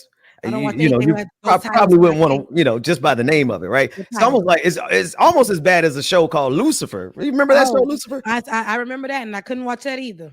I mean, crazy enough, I love the Lord, sanctified, Holy Ghost filled, all fire baptized, but Lucifer was a great show. Evil really has shown me. They have a line in there that really resonated. It said, "Evil is organizing. They have found each other on social media and they are organizing." And that's what we're dealing with right now. Yeah. The sickest and the most twisted, I don't say sickest, but the most twisted and the nastiest and the most demented people you have ever met in your life have now found each other online, and they're patting each other on the back and they're saying, yeah, man, this is the right thing to do. Yeah, we need a civil war. Yeah, let's deport 10 million immigrants. Yeah, let's give cops immunity so they can kill more Black folks. And and they're organizing with a lot of money behind them. And this is why we're having such a big fight. I was reading in the comment section where you literally have your average Joe white folks who are walking around here thinking and ready to go into a full-blown racial civil war because evil has organized at the highest levels through social media, and they've been spending millions and millions of dollars for the last 4 years convincing these white dudes that they need to get their guns and be ready for a racial civil war. Yeah, and that they are taking that in the literal sense, and they are getting ready for a racial civil war. But we got to this is why people don't understand why we walk around here. We got our own life anxiety and stress and all this stuff, but then we have to step outside and have to deal with this every single day. Just because you choose to live in a safer neighborhood, is it that safe? They say it's safe on paper, but your Black behind get up in that neighborhood. Is it safe for you? Yeah. I gotta so funny, Rebecca. These dumb behind rappers, first of all, they're not even, I don't even know. I'm a hip hop head and I don't even know none of these rappers who are supporting Donald Trump. Like, where they come from? How many 50 Cent? They didn't go platinum, they went wood. 50 Cent. I mean, 50 Cent, but 50 Cent is a switch out, right? He came out first and said, I ain't gonna support Donald Trump, and then somebody wrote him a check, so he's gonna say it. But I'm talking about all these lower grade rappers that don't have enough money to avoid getting shot by the cops like 50 Cent. 50 Cent's well known enough to be able to avoid that kind of confrontation. But what blows me away is that you have an entire breed of Black folk who are literally the targets of MAGA. You are the target of MAGA and you support them. It's almost like, you know, if I was as insidious and twisted as they are, I would want to sit back, watch them win, and watch every one of those rappers who support him get their head busted by the cops. And I'd be like, you know, I'll give you my thoughts and prayers because you wanted it. You wanted it because it gave you 5 seconds of clout on the internet. And that's what I think about Candace Owens and a lot of people like her. And let me tell you something. For me, I'm in the forgiving business. There's room for you, everybody here. I haven't been the best myself. There are comments and beliefs that I had because I was indoctrinated. I had to unlearn. And I think that there is room for people, but people come here just waiting for that side to call them back, and they will run back to that side as if they're an addict, but they know it's the money. It's that they are willing to switch over, not because they believe in that thing. They understand what they're doing will not save them when they go to a gas station and are followed by the cops or whatever. It won't save them. You're still black. Okay. You're still black, but in this time, it's going to be a bit heightened. Not a bit. We know it's going to be heightened. And we know under any administration, it's going to be heightened because white folks ain't going to like it. They're not going to like it. And they're already being taught as this army is being created. The Trumpites are being created. When we always see the rallies that are being held, it's almost giving a white nationalist rally, yes. KKK rallies. Hey. And they're openly saying, they're openly dog whistling so many different things that we know we can say, hold on, did he just call me an ER? And he gonna pull up to my Mace calling them boys. Yep. And make sure y'all stay strapped type of vibes against black folks and to continue to keep America white. That's what it was giving. Make America white again. That's what it gives. And I said white with the H in front of the W because that's where they're coming from. You know it. And we got to protect ourselves. It's so sad that when I go to the grocery store, I got to think about the times that I'm going to the grocery store. I'm still getting those vibes at the grocery store. Under these times, we don't know what's going to happen, but we also want to know that we are creating safe space, safe futures, like our ancestors who were going through it didn't know that today would come, and it did. So we got to make sure we're on the right side of it, guys. There are people who are going to be misogynistic and say, because she's a woman, all these things are going to come into play. Literally. But that's also a part of a systemic thing. And it's also part of a racist thing. It's all in there. It's all tied up in everything that represents Donald Trump. That white woman sat on that white lady, whatever her name is, Machi, whoever, she sat on at that table and carried over all of those misogynists. She's a woman, a white woman, but thought that because she got all these degrees to the knees that we needed to respect her over the vice president. Let's be motherfucking for real. And the funny thing is, it's just like these black folks who support MAGA, right, are going to find themselves, the very demographic of Negro that is supporting MAGA, you are the targets of the cops. It's just like women supporting MAGA. They literally advocate for you not to be able to vote. They literally advocate for you not to be able to work, for you to have to stay at home. You actually have, in the state of Florida, Ron DeSantis made alimony more difficult. And there are so many MAGA women down here who are like, what am I going to do? I can't even get alimony now. Well, yeah, that was the whole point. They hate women. And you're finding there's a lot of black men who hate women too, so they buy into this. I heard this from some folks I know, that there's some black men that I know who ain't voting for Kamala because they don't believe that women should lead the country. I'm like, y'all are so dumb.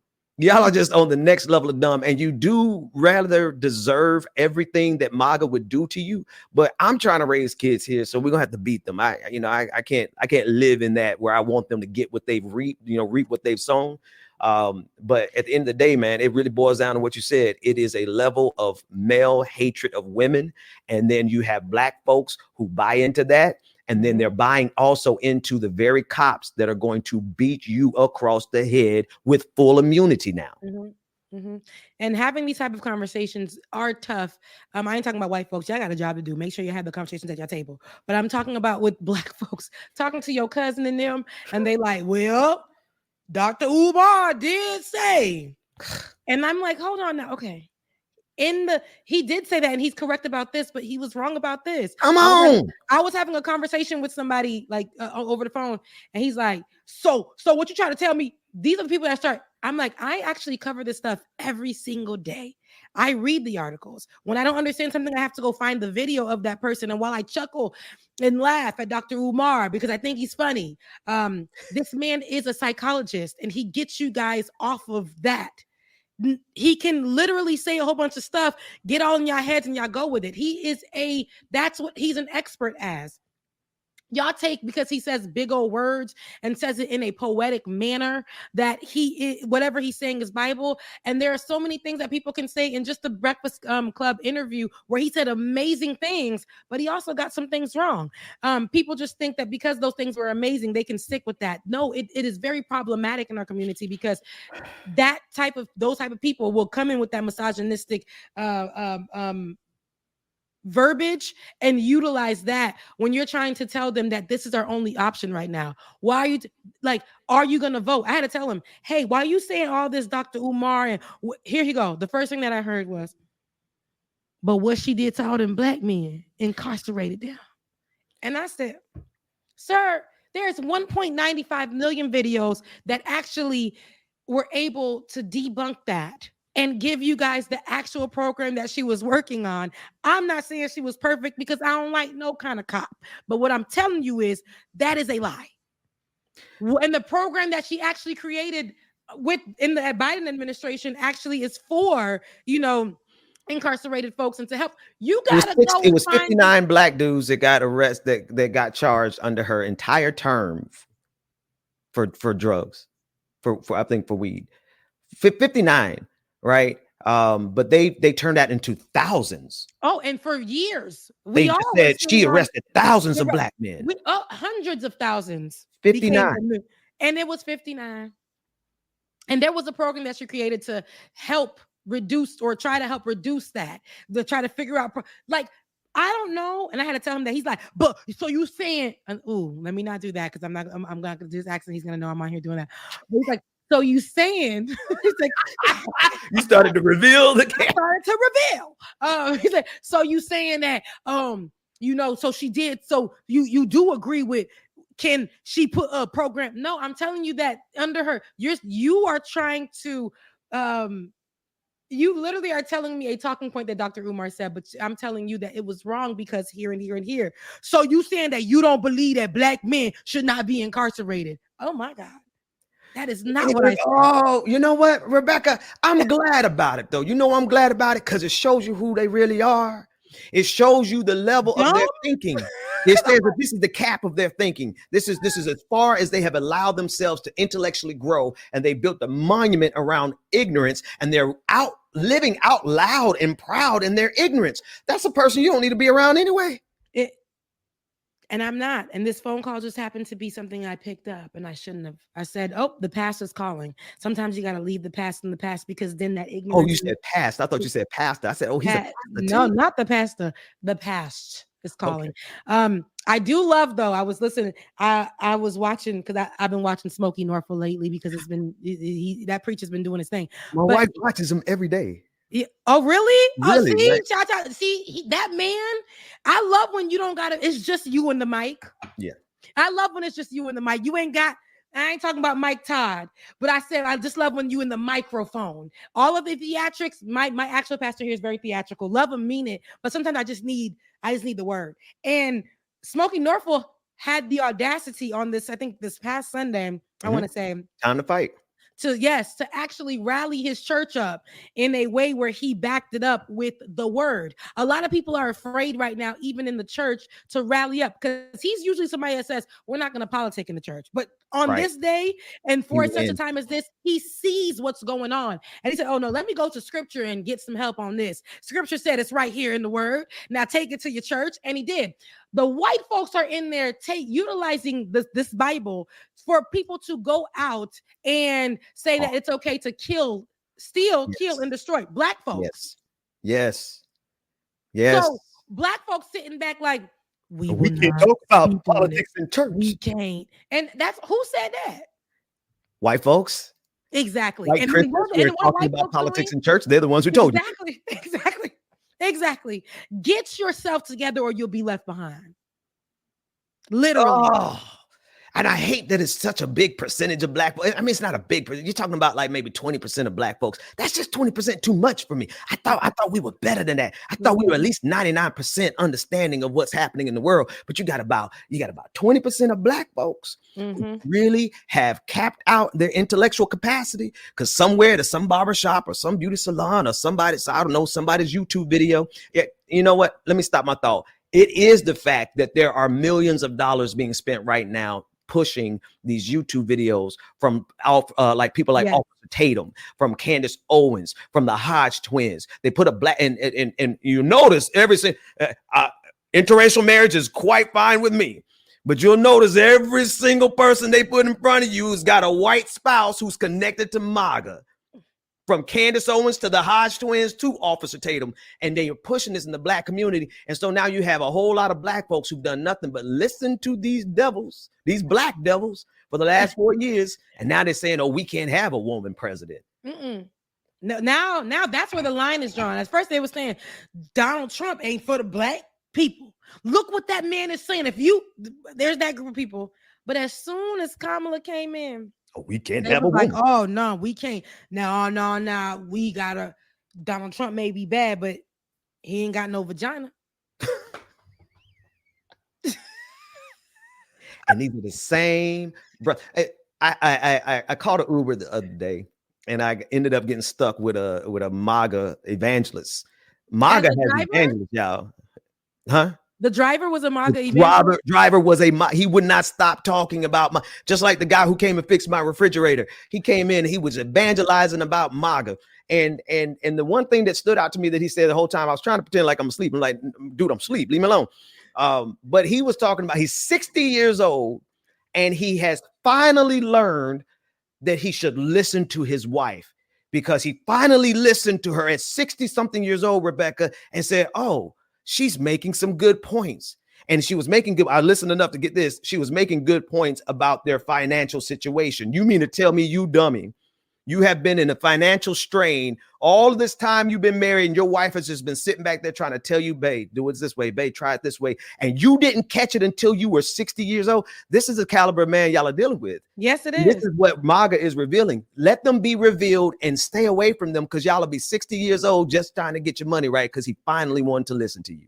Well, I was on the there's a video that I shared when I popped up on Twitter and the lies that are being spread. Unfortunately, this is being spread, I believe, by a 2024 student at the highest of Seven Hills in Tallahassee, Florida, actually my alma mater, Florida A&M University, the #1 HBCU in the nation. That might be in the news for other things, but we ain't talking about that on this show. But this young woman, beautiful black girl, and I reposted this video that she posted of, and this is what MAGA is doing, okay? And they want to present it in our face. There's this black girl. She wants to create Republicans for Rattlers Republicans or bring that back on campus. I have no problem with that because, again, black people are not a monolith. I have no problem with all of this and that, whatever sides of it. But right now, let's be for real. She shared a video, and this is what MAGA likes to do. They like to take black people, Candace Owen, like little things, breed them up young now. And here we are, they train them up, right? And this black woman is crying on video and she says, I'm sorry. She's crying. And she says, it's on Twitter. Can we grab it? Because I can show you better than I can tell you. What give me the description. It's gonna be my latest post on my Twitter. And I talk about how I want us to break it down in conversation. So basically, while Ben grabs it, it's on my Twitter. It's a video of a woman who was a black woman who was actually in tears because an immigrant came to buy her food truck. And she asked him how he was able to buy it. He showed her, hey, I got a loan from the bank.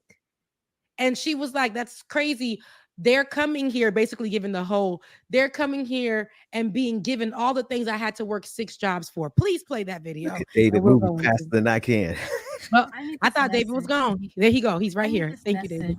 To go out to our vice president who's running for president. I have heard all over social media about excuse me if I say anything wrong, immigrants getting loans, money. It was hard for me to believe. It was just extremely hard for me to believe. I've been in business such a long time. Back in 2019, I purchased my first food truck. It cost me over $25,000. I paid it cash money. I worked hard to pay for this truck. I'm now selling it because I'm doing other things, but I'm selling it.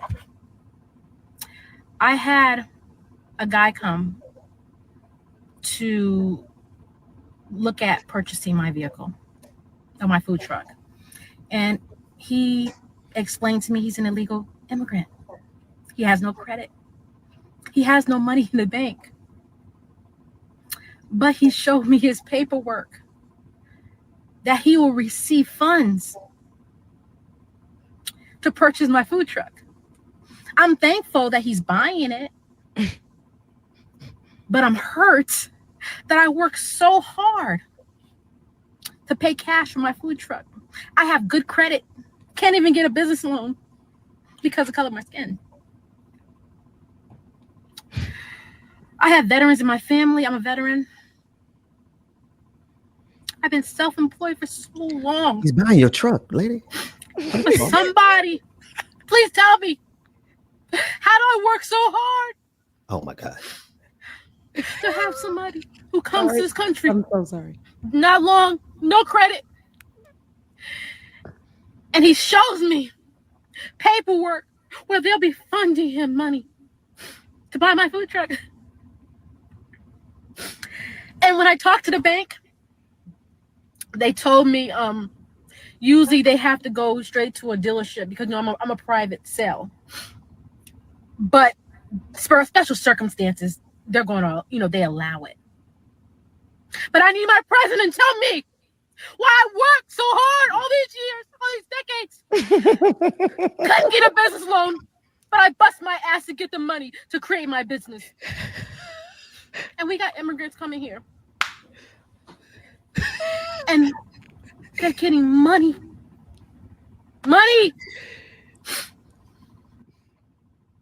We're doing nothing. You're trying to make her cry so hard. But just being It's the effort it's is not crazy. right, and I want answers. You got the check. First of all, you're selling your truck.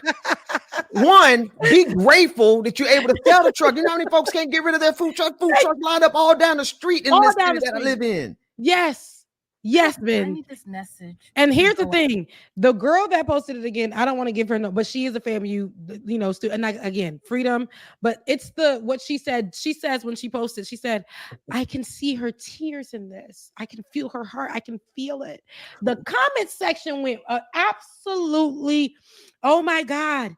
She starts and she says this. She said this video is for the vice president. She didn't say it's for the president. She didn't say it's because of the previous president. She didn't say it's for the banks. She didn't say it's for the banks. I had to chime in and say, hey, lady, let me say this. I worked for the popular bank of the nation. Okay? And that bank, I know, I worked in the department where it had to be loans given to businesses that were mostly given to, these loans were mostly, or we were calling to collect from mostly immigrant people. Okay. And they were Hispanic mostly.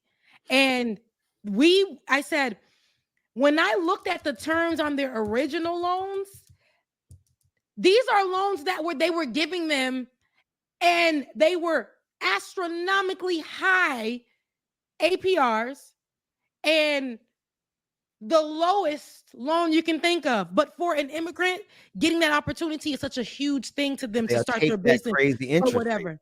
So then they prey on these people. After that, the fear mongering that goes into because of rules now, they can't do that anymore the way they used to. But these people used to get calls and say, you're going to go to jail. We're going to send you back to your country. The people that I work with told me how they used to use cell phones and call these people and tell them all these type of things, fear mongering. And they will do that to literally get their money back. But they will allow other people, and again, I've seen it. I've been looking at the difference between how they do the business loans and how they do with the Hispanics. And mind you, they will tell them to bank with them, this particular bank. And then once you don't pay, they will take your money. Yes. And your property and your possession. They will take everything from you. And I've literally seen it. These people will be calling and said, and mind you, I would see their history. These people will pay every year for the last 25 years. But this one year when they went into a hardship, it got crazy for them. The bank was like, hell, I don't care. I don't care how long you've been with us, 25 years to 50 years. There's a man that was on his deathbed, y'all. They wanted that money. He said, I just don't. He told me he was going to try to get it. And he said, I don't have long to live. I lost my wife a month ago. I don't have, and y'all, I had to do that. And I had to make my own rules. And they were saying, oh, you can't do that. You can't. I'm like, no, you're a scammy ass bank. You are scamming folks because they're immigrants. And then this type of rhetoric right here, she started out again. She said this message is for the vice president who is running for president. Why is it particularly to only Kamala Harris? Right. Why? Right. Why? So this lets me know this right here is some kind of propaganda. Again, propaganda, definitely sent from the Blacks for Trump type of vibes. Right. Because your food truck is being bought, my good sis. And the tiers that you're pushing at the end of it, it doesn't give me anything. Because I'm still trying to understand. You have opportunity. You worked your behind off to get the truck. Like you did that for you. Be proud, because the people it ain't the immigrants. The people that have always benefited from that system has been white. Why haven't you talked about you had to work your behind off while white people were rolling in there with nothing and getting loans?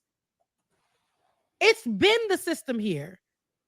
It's been the system here. You are playing into the whole thing of it's immigrants, the same rhetoric that Donald Trump used at that debate that was sickening to see with Joe Biden. And he said, immigrants are taking Black jobs. Yeah. And here is where that rhetoric has taken a life of its own. And now people are making videos like this and pushing that same false narrative that Donald Trump said. Right. So you hit on a couple of key things. Like I didn't even know about the APR, like the obscene interest rates that they charge these immigrants on these loans. Right. But a couple of things I got to point out. This person who's posting this, that account right there with the red hat, I mean, therefore I am. And you read it and they're talking bad about immigrants. This person is an immigrant from Turkey. Oh, I'm sorry, from Poland. This person is an immigrant from Poland who's making money in the United States of America off of fueling hatred towards immigrants. But she knows, it's a she knows that it's a certain type of immigrant that's going to be the target of this. It's going to be Black immigrants first, brown immigrants a very close second. They're going to come after the dark. They're not going to come after an immigrant from Poland. Nah, just blend in. Like, you know, they let Melania in. Matter of fact, Elon Musk was an illegal immigrant for a little while there. So they, you know, white immigrants, they're fine, right? But they're going to use this and they're going to find Black folks who have. Sometimes there's legitimate grievances with how Black communities are treated in respect to immigrants communities, particularly when it comes to like they will put immigrants in our communities. There's some legitimate grievances here, but what she's talking about is not one of them. What she's talking about is a systemic problem that has. Oh, did we lose Ben?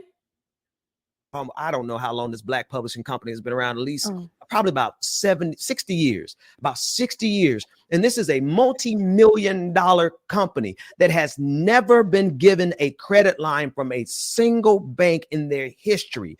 This is not the fault of VP Kamala Harris. This is a structured American thing targeting Black folks specifically, redlining. I mean, like, my God, like, we really gonna Yeah. talk about it. You got to get into the nuances of it and talk about redlining, how they specifically targeted black folks. But who was it? Was it Kamala Harris? No. Who was it? Was it like Democrats? Yeah, it was Democrats, Republicans, and white folks in general who did not want black folks to get nothing. And so, yes, we are still living with that baggage, but it ain't because of immigrants. They just found a batch of folks who they can exploit even more. So Exploit and prey upon, period. Right. Just like the system, the financial institution here in America isn't good. And we have to understand that because it preys upon even, like I told you, students. We know that they once they get these kids independently outside of their parents' household, they can put these kids in debt. Come and get this credit card.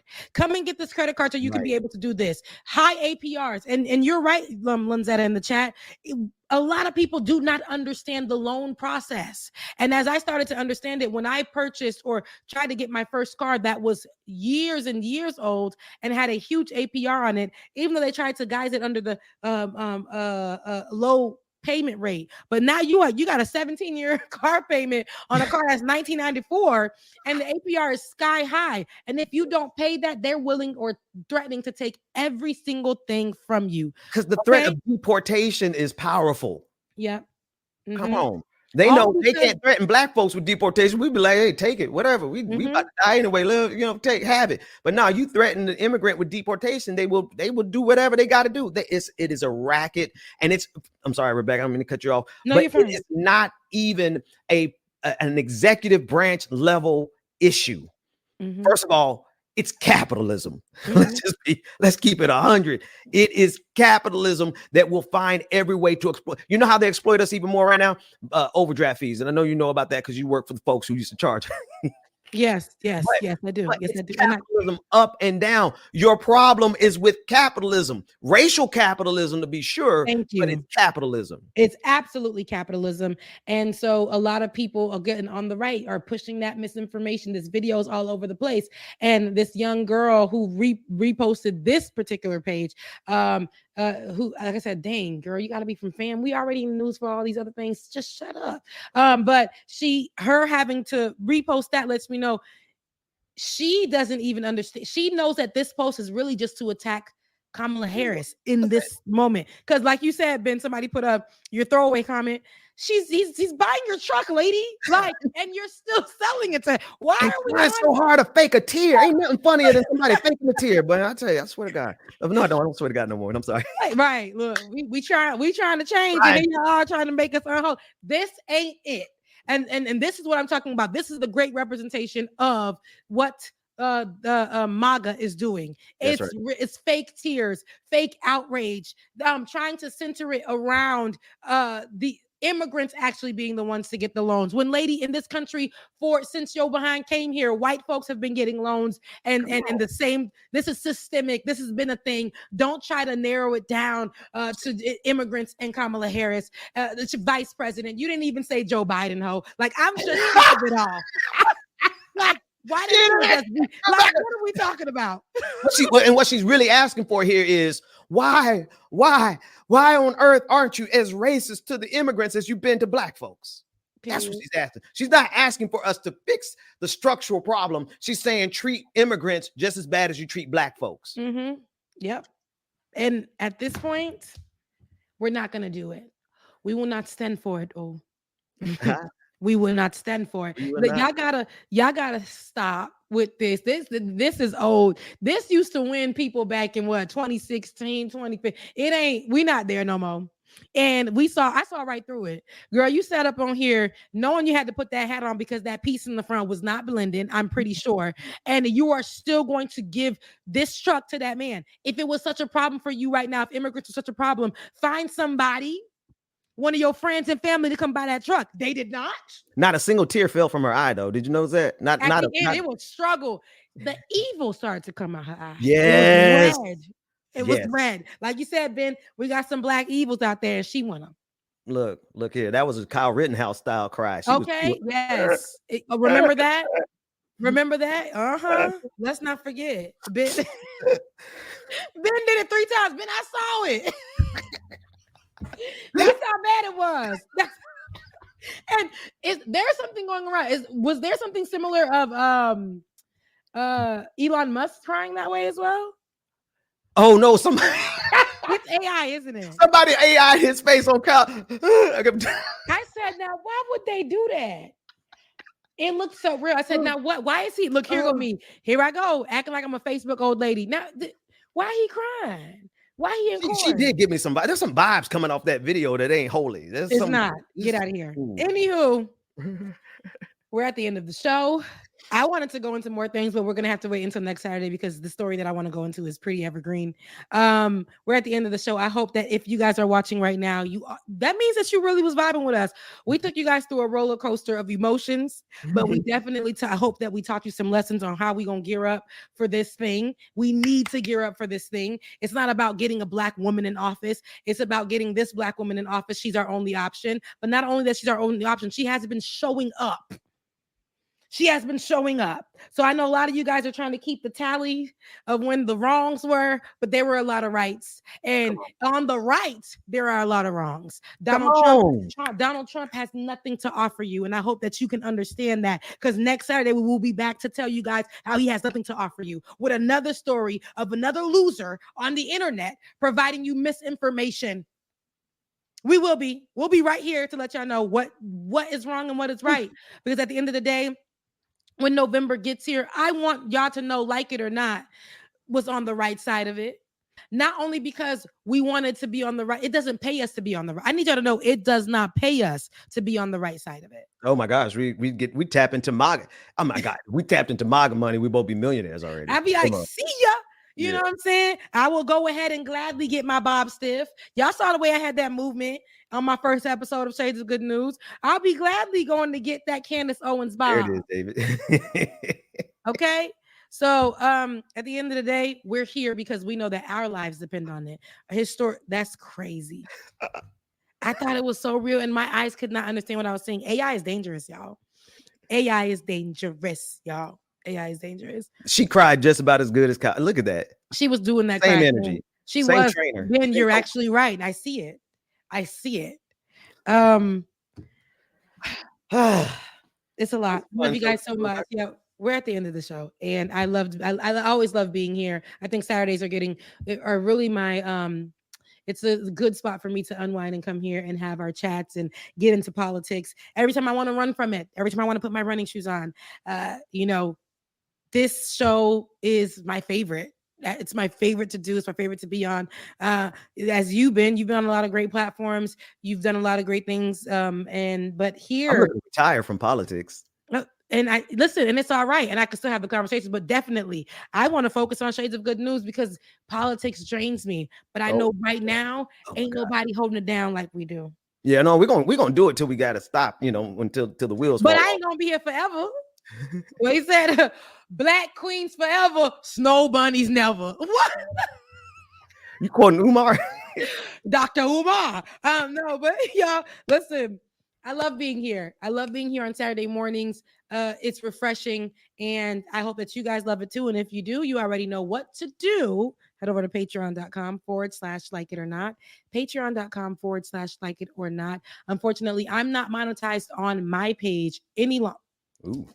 I'm not monetized on my page any longer or right now up until October. They gave me a date of October to reapply for monetization. And I wanted y'all to know, if you would like to give to your good sister, you already know where to be at. That's at Becca's Voice on Cash App. That's Becca's Voice on Cash App. I am now doing this full time. So this is my only form of income. So y'all, support Becca's Voice on Cash App, Rebecca Azor at gmail.com, on Zelle and PayPal. That is my whole government email because they already given STDs to everybody's on Social Security. We are STDs. Well, the STDs got our stuff. The criminals online. They broke into our stuff. Our information is out there. People know where I live. Don't know where I live. That's why I try to mix it up online. Everything is out there, so you might as well have my email. So it's RebeccaZor at gmail.com for all the things. And I really appreciate you guys for the first watch on Shades of Good News. I really do. I didn't know that the support was going to be organically authentic like that, but y'all love me. Y'all really do. And I really appreciate that. Like, I'm grateful for that.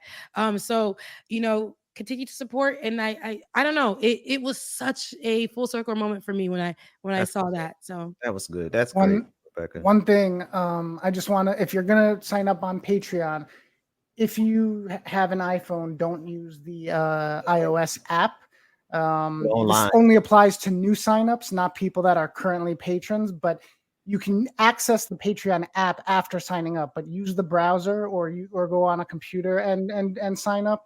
Apple is now charging 30%, $4 for signups in the Patreon iOS app, and it either comes out of the creators portion or it gets charged onto the new member. And yeah, so more times than not, for our accounts, unfortunately, we barely get anything anyway after the percentage. So to avoid getting charged $4, go onto the website if you're an Apple user. Yes, Apple. That's why you can't play Fortnite on Apple devices. They got to get that 30%.